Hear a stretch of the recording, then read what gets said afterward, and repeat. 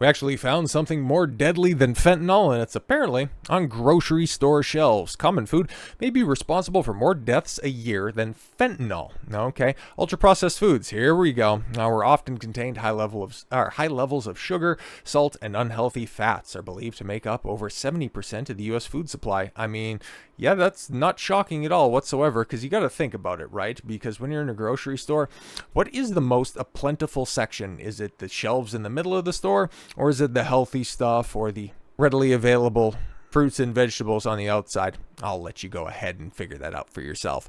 A new analysis examined data from the US and 7 other countries to estimate the percentage of premature preventable deaths due to consumption of UPFs like packaged snacks, sugary drinks, processed meats, and sweetened breakfast cereals. We looked at the risk of a person dying from eating more ultra-processed foods between the ages of 30 and 69. Nice. A time when it would be premature to die. Study co-author Carlos Augusto Montenegro, Emeritus Professor of Nutrition and Public Health at the School of Public Health at Brazil University in Sao Paulo. Montenegro's team found that the risk of early death rises by nearly 3% for every 10% increase in calories from UPFs. The findings were published Monday in the American Journal of Preventive Medicine. Well, what else did you end up finding?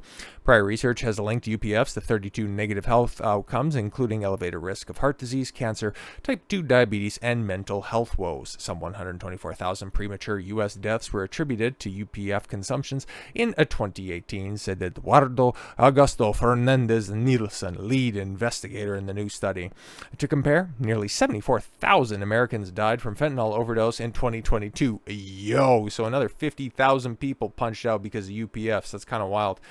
Fernandez Nielsen and his colleagues built a computer model that estimated percentages of UPF-related early deaths based on the data from nearly 240,000 people and almost 15,000 deaths. The results range from 4% in countries with lower UPF consumption, Colombia, to almost 14% in countries with higher UPF consumption, the UK and US.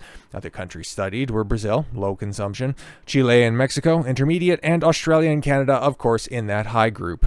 The findings support the ultra-processed food intake contributes significantly to the overall burden of disease in many countries, and its reduction should be included in national dietary guideline recommendations and addressed in public policies. However, the new study did not determine if the deaths were caused by UPF consumption.